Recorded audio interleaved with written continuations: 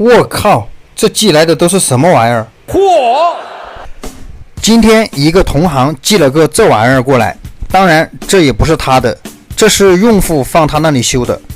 我拿到这个设备的时候，最开始还以为是个老年机，甚至于我心里还在想，谁这么懒，这么不喜欢天天充电吗？买个这么大的老年机，这充一次电不得用它1-2个月哦，想想我都觉得牛批。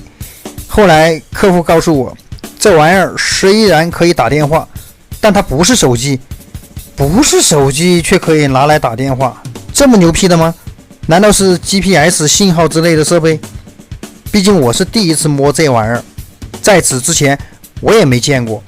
在我们手机这个行业里面，好像没有这么大的手机。但是这玩意儿究竟是干啥作用的呢？该怎么修呢？虽然暂时我没搞懂，但想想我还是觉得很刺激。顺便说句不怕你们笑我的话，它这个后盖比较紧，我研究了大半天才发现原来后面这个是旋转后往外拉开的。如果你们实在想笑我笨的话，请立刻马上笑出来，不用憋在心里。我不知道这玩意儿是啥，只知道客户寄来修的故障是开不了机。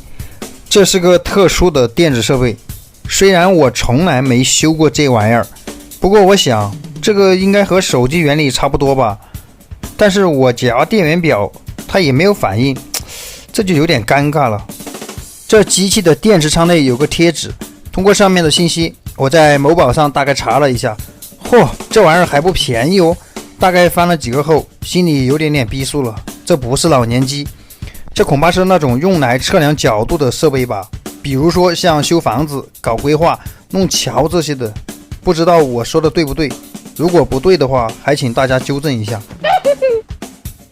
这么看来的话，我就知道用户为啥要修它了，原来是买一个新的太贵了，能修好的话，这得节约不少钱哦。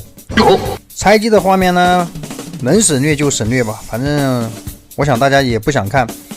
但是不得不说哈，它这个机器的螺丝是真多，而且这个机器的边上就是那些缝隙啊，两个那个壳子接触在一起的地方，它还做了防水处理的。所以说这种贵的电子设备它就是不一样哈，做的还是非常好的。而且你看它这个尾叉，你看看人家这做工，尾叉上还包了这么大一个保护的东西，你想把这个尾叉捅坏，我估计都不可能。所以说这才叫做一分钱一分货。螺丝都拆完了，当我把这个主板拿下来的时候，说实话我感到有点失望。这主板在我的印象中，就是说呢，在我的想象中啊，它应该是布满了零件，到处都是那种什么芯片啊之类的。但它这个我怎么感觉空空的，有点对不起这个价格呀。主板上看来看去啥都没有，所有重要的芯片关于开机的都在这个屏蔽罩里面。我们把它拆开看一下里面是什么情况。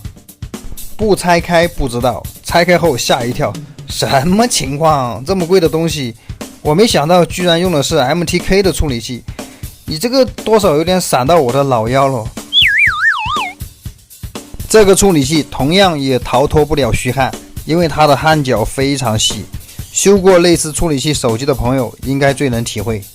来吧，我们来维修它。你说这机器也是对吧？难怪客户说喊我把它当成手机来修，原来是这么回事。处理器拆下来了，它这个智库好像是没有封胶的。哎呀，得了，一并给它取下来，待会儿用高温锡给它过一遍。接下来的步骤就和手机是一模一样的，先处理好 CPU 和智库的主板焊盘脚位，然后把芯片处理干净，并且呢直上锡珠。它这款处理器我没有专用支气网，所以说我只能用多用的。然后呢把它支好锡之后呢，用刷子把上面刷一下，因为它有一些点它是不对应的。接下来就是这个智库的支锡，其实智库的话是非常简单的，它这个智库和现在的我们现在的这些智能机啊，比如说小米啊、华为啊，或者是它有一些智库话，它这个是通用的哈，它这个脚位。所以说这个支锡的话就比较简单一点，就用现在智能机的那个智库的支锡网就可以了。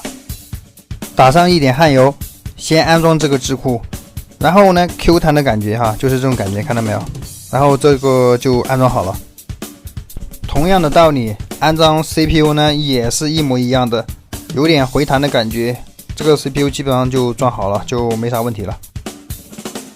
快速的把主板装好，客户的电池呢也没有电了，我们给它强行激活一下，然后把电池快速的装入机壳，开机后就是大家看到的这个画面，反反复复的，它就是这样进不了系统。我们怀疑这个机器要不然是软件有问题，要不然就是智库可能坏掉了怎么的，因为这个我们也刷不了机，也搞不懂啊。这个呢就只能给它装起来，然后还给客户。如果是软件有问题的话，就让客户自己去售后部刷一下机，看能不能刷一下就好了，那就只能这样了。因为这个东西我也是第一次修，曹师傅能帮的忙也就只能帮到这里了，因为我到现在也不知道这玩意儿究竟是干嘛用的，前面的那些用途都是我自己瞎想的。好了，虽然这期曹师傅没挣到钱，但还是有收获的，至少让我又水了一期视频，不是吗？